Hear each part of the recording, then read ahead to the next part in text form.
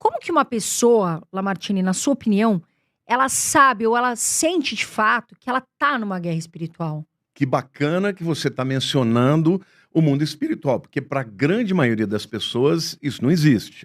Isso é baboseira, é loucura.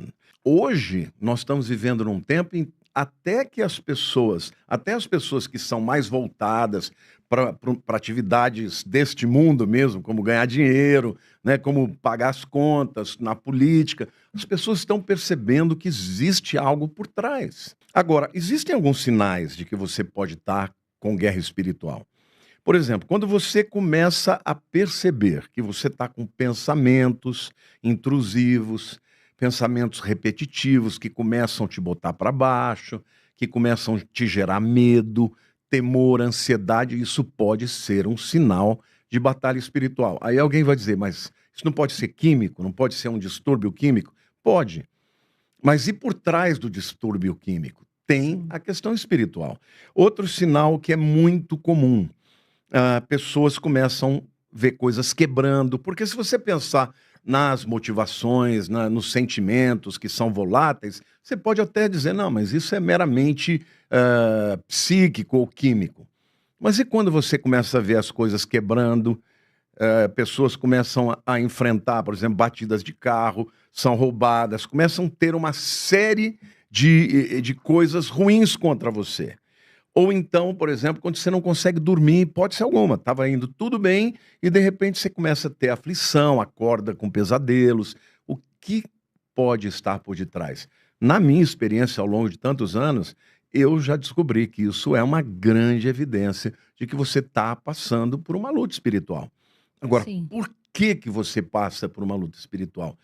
Pode ser que alguém tenha feito um trabalho contra você. Isso existe, então. É claro que existe.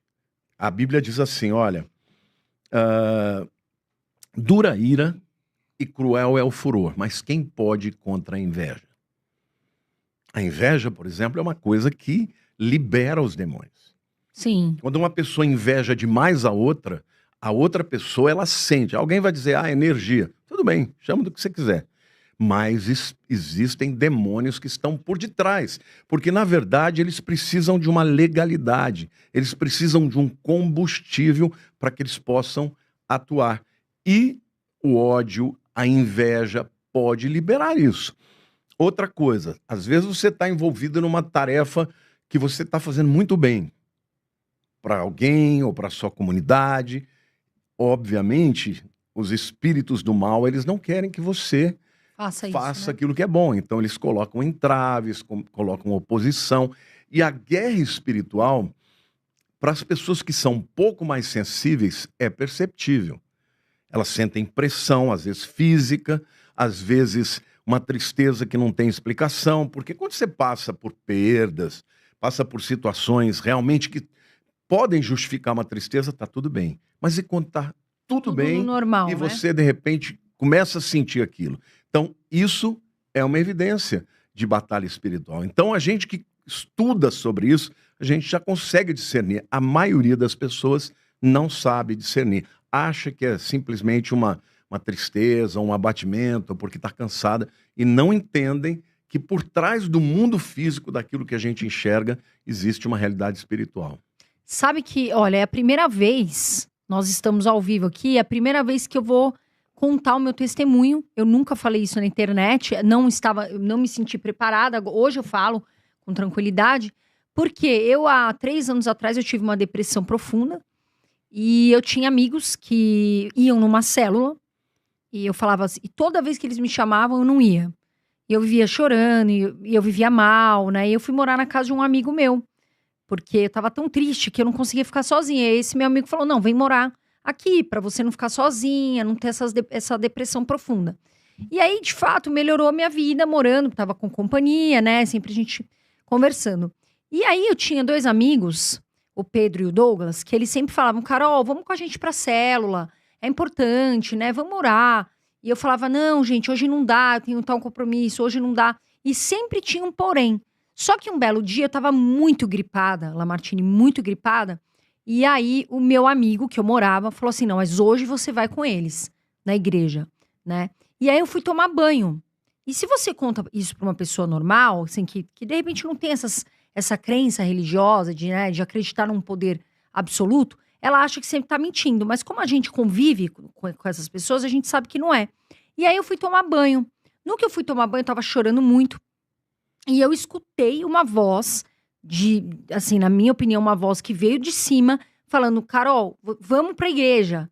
Vamos pra igreja, vai ser bom pra você. E uma outra voz falando: não, você não vai pra igreja. Olha só. Lá não é o seu lugar. Eu me arrepiei até, porque nesse dia eu fiquei realmente assim, eu falei, eu tô ouvindo vozes.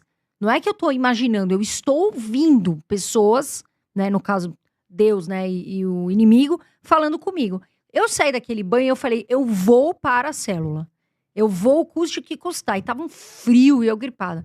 Quando eu cheguei na célula, minha pastora, hoje ela mora em Portugal, ela falou, Carol, olha, deixa eu conversar com você e entender. Enfim, eu fui na célula, fiquei com ela lá, e quando ela me viu e me conheceu melhor, ela falou, Carol, você tá muito pesada, né? Eu sinto que você precisa muito estar próxima de Deus e eu quero que você fique aqui com a gente. Então, todos os sábados, a gente tinha célula, onde a gente orava, né? Ouvia louvor, fazia leitura. Então, esse é o meu testemunho. Eu nunca contei em nenhum lugar, em nenhum podcast, nem na internet, em redes sociais. Tô contando aqui com o Lamartine, que eu gosto muito e respeito muito, e assisto. Para que as pessoas entendam que esse vazio existe. E esse vazio, muitas vezes, é Jesus. E o meu vazio era isso. E depois você vai vivenciando, Lamartine, parece que você tira muitos pesos, muitas correntes, né? Saem. Porque, na verdade, nós somos seres tricotômicos. Na teologia, a gente chama de tricotomia. Nós somos corpo, alma. A alma é a psique, é a mente e espírito. Você precisa de alimento, de sono, de descanso, para você nutrir o seu corpo. Você precisa de amor, de aceitação, você precisa de alegria, você precisa de companheirismo para nutrir a sua psique. Sim. E você precisa de Deus para que o vazio do teu espírito seja preenchido. Deus, a Bíblia diz que Deus é espírito. Nós fomos criados à imagem e semelhança de Deus, significa que o ser humano ele tem um espírito também. E esse desejo profundo, essa procura, que é uma coisa inerente do ser humano. Se você pegar um camarada que mora lá no meio do mato, um índio que nunca teve contato com um homem branco, ele adora a lua, adora o sol, ele adora alguém. Mas ele tem uma necessidade de buscar o contato com Deus. O pai do psicodrama, um psicólogo judeu chamado Moreno, um gênio, né? Ele chamava isso de centelha divina. Ele dizia que Deus colocou uma centelha divina dentro do coração do homem, a ponto do homem não se sentir satisfeito sem buscar o eterno. No livro de Eclesiastes, Salomão diz que Deus colocou dentro do coração do homem a eternidade. Nós somos os únicos seres da natureza que consegue pensar em vida após morte, em eternidade. Então, esse vazio, ele vem dessa procura que o próprio Deus colocou dentro de nós. O William Shakespeare, né, o grande dramaturgo, escritor, poeta, ele dizia mais coisas entre os céus e a terra do que podem imaginar a nossa vã filosofia. Ou seja, um camarada dizia, olha, tem alguma coisa além disso. Então, o mundo espiritual, ele é um mundo eterno. Sim. O mundo físico que nós vivemos, ele é temporário. Nós morremos, acabou a vida física, mas a vida espiritual é eterna. Então, enquanto nós estivermos aqui, se você não encontrar a Deus, você sempre vai ter um vazio. E é interessante porque vocês trabalham com dinheiro, com finanças, acho maravilhoso, afinal de contas, eu penso que o dinheiro ele nunca deve ser o fim, ele deve ser sempre um meio. Sim. Um instrumento de acesso a uma vida melhor, de acesso a você poder fazer diferença na vida das pessoas. Quando o dinheiro ele é um meio, ele é uma bênção. Quando ele vira o fim da sua vida, ele deixa de ser uma bênção. Por quê? A pessoa trabalha a vida inteira, trabalha, chega lá, ela tem tudo, mas ela não desenvolveu um bom relacionamento com a família, com os filhos, com a esposa, não cuidou da saúde. O meu sogro agora faleceu o ano passado. Foi um homem que trabalhou muito, ficou muito rico, ganhou muito dinheiro, construiu muitas coisas. E ele chegou para mim e disse: olha, eu me arrependo de uma coisa. Eu nunca levei a Arlete para passear.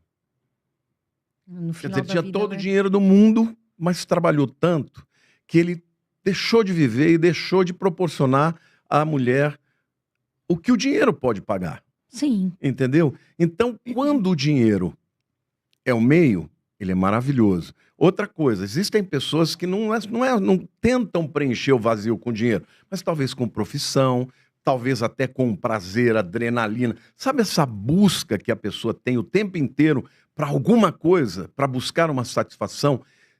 Tudo isso é válido. Agora, enquanto você não encontra Deus, fica uma lacuna. Fica.